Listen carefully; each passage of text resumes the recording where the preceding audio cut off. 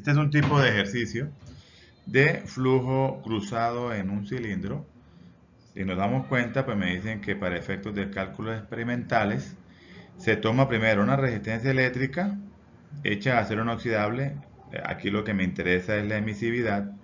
Me dicen que tiene 0,1 pulgadas de diámetro y un pie de longitud. Aquí está. Se hace pasar una corriente eléctrica y el consumo de la corriente eléctrica es de 50 vatios. Quiere decir que ese va a ser el flujo de calor que vamos a trabajar.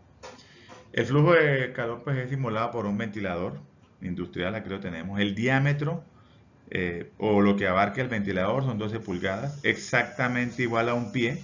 Entonces ese va a ser la longitud que vamos a trabajar. Y del ventilador me dan el caudal, 300 pi cfm, que son pies cúbicos por minuto. Entonces me están dando el caudal. Me piden que teniendo en cuenta ese consumo, ¿sí? Pues determine primero la temperatura superficial del alambre TS, que no la conozco. El ventilador sopla aire a 85 grados Fahrenheit. Recuerden que no tengo la velocidad del aire, pero tengo el caudal, ¿sí? Y me piden que la fracción, que determine la fracción del calor disipado por convección. Entonces, recordar primero que caudal es velocidad por área cross o área transversal. Y que ese ese flujo cruzado de aire pues va a convertirse, esa potencia se va a convertir en flujo de calor por convección y flujo de calor por radiación. Vamos a tomar los alrededores con la misma temperatura de 85 grados Fahrenheit. Ahora bien, ¿cuál sería nuestro balance de energía? Primero, esos 50 vatios para mantener un estado estacionario va a ser igual al flujo de calor por convección más el flujo de calor por radiación. No conozco la temperatura superficial, estoy en el sistema de inglés, voy a asumir, lógicamente que uno comienza en el primer paso asumiendo 315 grados Fahrenheit. Con este valor, pues determino las propiedades, las más comunes, conductividad, viscosidad cinemática y número de Prandtl. Con eso, ¿qué puedo yo? Comenzar primero, no puedo pasar allá el número de Reynolds si no conozco la velocidad, pero conozco el caudal, que son 300 pi cfm o 300 pi, pie cúbico por minuto, los paso a pies por segundo. Ya teniendo esa velocidad, pues debido a que el área transversal del soplador es 12 pulgadas, ¿listo? 12 pulgadas, que es un pie, ya tengo la velocidad, puedo continuar con el número de Reynolds. Determino el número de Reynolds, 692.7. Voy y observo por la tabla 7.1 de Zukowskas que me pega bien con esta tercera fórmula. Hallo el número de Nusselt y por lo tanto H. Ese H también lo puedo corroborar con la ecuación de Churchill y Bernstein para ver qué tanto me cambia ese H. Posteriormente, pues hay el área superficial, pi por d por L, y la temperatura de los alrededores la paso a Rankine para poder trabajar la parte de radiación. Hago el balance, paso los 50 vatios, los paso a BTU sobre hora por convección y aplico la ecuación, el balance. Esos 50 vatios pasados a BTU por hora. Aquí mi incógnita va a ser TS. Recuerden que esta H fue determinada, pero asumiendo una TS. Y la TS en la radiación va a ser TS más 460 a la 4 menos la temperatura de los alrededores en Rankine. Y al hacer ese balance me da que la temperatura superficial, si lo hago de esta manera, me va a botar esa temperatura directamente en Fahrenheit, 314,87. Está dentro del rango que había tomado, más o menos 10%, ¿sí? Entonces no tengo que iterar. Y la fracción, pues hago lo que es el flujo de calor por convección y veo que comparado con la radiación, esa convección es del 99,43. O sea que lo que se va por radiación solo es el 0,57%. Ahora bien, otro ejercicio interesante para ver es ahora una extrusión de un alambre. Es muy similar al que vimos de la extrusión de la lámina de plástico, pero ahora se está extruyendo el alambre. Se está extruyendo a una velocidad de 8 metros por minuto, ¿sí? Se supone que sale de la extrusora a 280 grados centígrados, el diámetro es de 3 milímetros y el soplador abarca 12 pulgadas, pero 12 pulgadas equivale a 30,48 centímetros. Entonces, es muy similar al de la lámina de plástico, y me piden también esa temperatura 2 al final. Lógicamente que primero asumimos que esa temperatura 1 son 280 grados centígrados. Se toma la temperatura, se determinan como lo hicimos las propiedades fundamentales, el número de Reynolds, se trabaja con Churchill y Bernstein, el número de H y el área superficial. Esta área superficial, recordemos que esta velocidad de destrucción pues va en movimiento, pero el área superficial tiene que ver pi por d por L. Sacamos el flujo de calor por convección, el flujo másico del alambre, ya lo habíamos analizado, que es densidad por caudal y caudal es velocidad por área transversal. Sacamos el m punto del alambre y por la primera ley, o el balance de energía por la primera ley, pues vamos a determinar que ese flujo de calor, ¿sí?, por convección es igual al cambio de energía en ese alambre al someterse a ese flujo cruzado de aire. Con esto que podemos determinar la temperatura 2 con la que sale. Aquí pues revisan ustedes los cálculos y veo que se me sale, o hay una diferencia bastante grande entre T1 y T2, ¿sí? 121. Entonces es interesante volver a iterar, ¿cierto?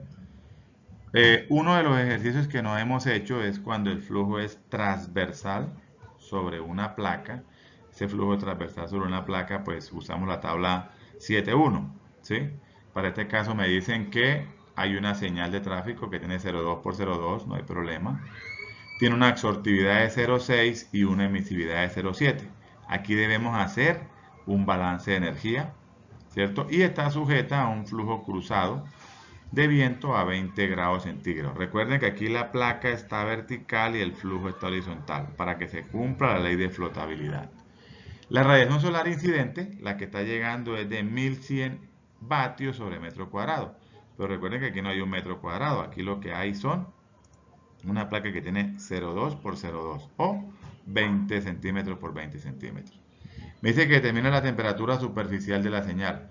Aquí hay algo, este lo saqué exactamente de la Cengel, entonces la Cengel siempre acostumbra como a dar claves, que obviamente que en la vida real uno no va a tener esas claves, y me dicen que evalúe las propiedades del aire a 30 grados centígrados, o sea que implícitamente me está diciendo, bueno, el viento está a 20, o sea que me está diciendo, como quien dice, implícitamente tome la temperatura superficial o asúmala como 40 grados centígrados. Claro, para cuando yo sume las dos, 20 más 40, 60 dividido entre 2, 30. Entonces me está acomodando esa clave, ¿sí?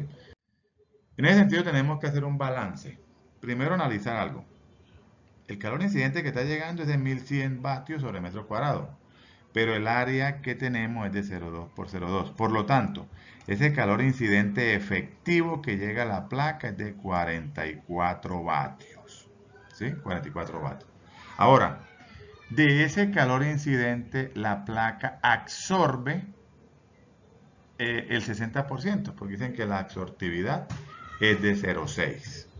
Claro, lo que la placa se calienta, pues me va a mantener esa temperatura a pues la que habíamos asumido. Dijimos que 40 grados centígrados puede ser, porque eso me lo estaba diciendo Cengel implícitamente.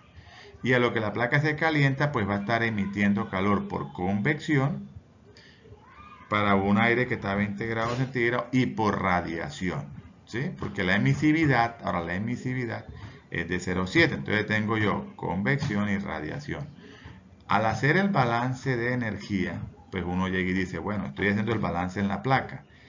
Flujo de energía que entra a la placa es igual a flujo de energía que sale de la placa para que se mantenga el equilibrio. Por lo tanto, ¿cuánta energía entra? Pues el calor incidente, solo la placa absorbe el 60%, o sea que sería 0,6 por esos 44 vatios. Y de este lado, pues flujo de calor por convección, donde H, recuerden que H tenemos que hallarla, con la temperatura que asumimos. Entonces va a ser una incógnita cuando ya armemos la ecuación. Lo mismo en la radiación. Y ahí es donde nosotros vamos a comprobar con esta ecuación cómo nos queda esa temperatura superficial y si se acerca a los 40 grados centígrados. Otro ejercicio muy similar es este, que ahora es una lámpara de infrarrojos que está emitiendo radiación, valga la redundancia, a una tasa de 1500 BTU hora pie cuadrado sobre una placa, una hoja metálica. En este caso, pues me dan también, muy similar al anterior, ¿sí?, el flujo de calor incidente y la absortividad de la placa es de 0,6. Pero ¿qué sucede? Me piden nuevamente ya la temperatura superficial, pero me dicen que la transferencia de calor por radiación ocurre solo sobre la superficie superior, mientras que la transferencia de calor por convección ocurre tanto en la superficie inferior como en la superficie superior de la placa. Es decir, dos áreas, la de arriba y la de abajo, para convección, pero una sola área para radiación. ¿Cómo me quedaría esto? La misma dinámica anterior, 0,6 por el calor efectivo, ese flujo radiante, que es el 0,6 por la absortividad, y dos veces, porque son dos áreas, dos caras, para el calor por convección. Recuerden que yo debo sacar el TS, ¿cierto? Con ese TS que yo asuma A y H, tanto acá, y luego si lo despejo de este balance de energía. Tengan en cuenta que aquí no me dan la velocidad de un aire como tal, pero la placa se va moviendo. Por lo tanto, el movimiento de la placa se convierte como si fuera la velocidad para cuando hallemos número de Reynolds. Son dos ejercicios que toca analizar. Y en este caso, Cengel no me da una idea de cuánto puedo yo asumir esa temperatura superficial.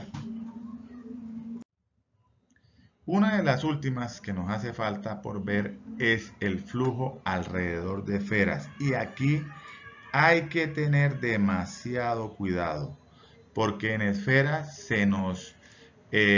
nos cambia un poco la metodología. En esfera hay una sola ecuación, la de Whittaker, que la vemos acá.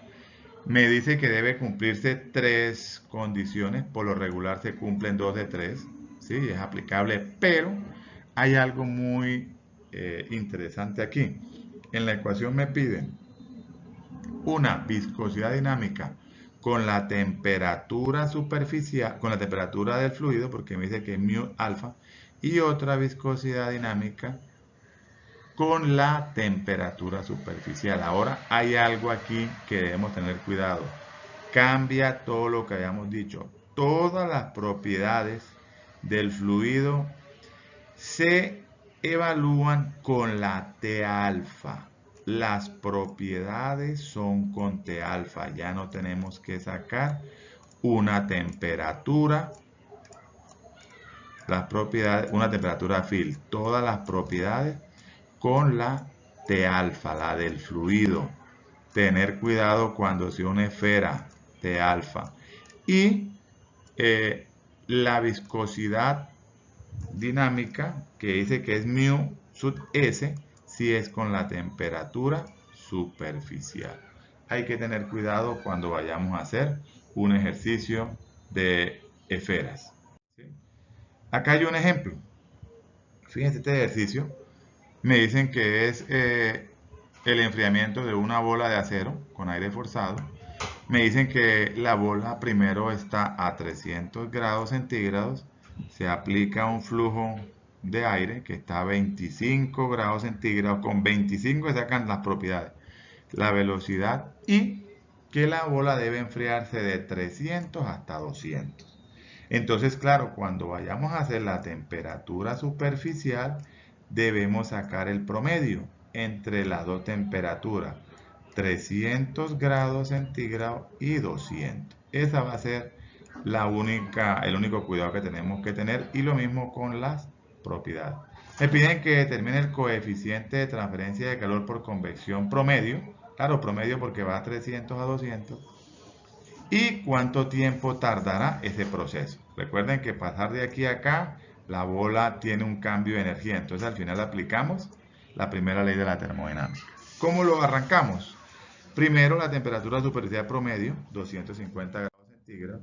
Sacamos las propiedades a 25 grados centígrados, sacamos las propiedades, este es lo que conocemos como mu sub alfa, ¿cierto? Y sacamos la mu sub s, que es a 250 grados centígrados. Hallo el número de Reynolds, determino el número de Reynolds, 4,8 por 10 a la 4, y aplico la ecuación de Whittaker. Aplico la ecuación de Whittaker. Fíjense que esta es una de las condiciones que no me cumple, porque cuando hacemos mu sub alfa sobre mu sub s, este valor tenía que estar entre 1, ¿sí? Entre 1 y mayor de 1, pero no cumple, pero cumple 2 de 3. Cumple el número de Reynolds y cumple el número de Pratt. Entonces seguimos, hallamos el número de Nusselt, hallamos la h, ¿sí? Hallamos la h y aplicamos la ecuación. Ya para el área superficial de una esfera es pi por d al cuadrado, hallo el flujo de calor de alrededor de 610 vatios, ¿sí? Aquí no se tuvo que asumir nada, o sea que este es el valor. ¿Qué son 610 vatios? Pues 610 joules sobre segundo. Esto es lo que la esfera va cediendo de energía, ¿cierto? Cada segundo que pasa. Podemos hacer una regla de 3, ¿cierto? Una regla de 3. Entonces decimos, bueno, ¿cuál es la masa de la esfera? Su densidad, ¿sí? Que me dan el material es a 0, entonces yo puedo tener la densidad, 8055, por el volumen de una esfera es pi sexto del diámetro al cubo, y yo puedo sacar cuánto es la energía total que pierde esa esfera durante el proceso de pasar de 300 grados centígrados a 200 grados centígrados. 3.163.000 joules. Y puedo aplicar la regla de 3, ¿cierto? Puedo aplicar la regla de 3. Si en un segundo pierde 610 joules, pues ¿en cuánto tiempo perdería 3.163.000 joules? Así. O simplemente lo despejo porque yo sé que Q punto es Q sobre delta de T. Y me da 5.185 segundos. Es decir, 1 hora y 26 minutos para pasar de 300 grados centígrados a 200 grados centígrados.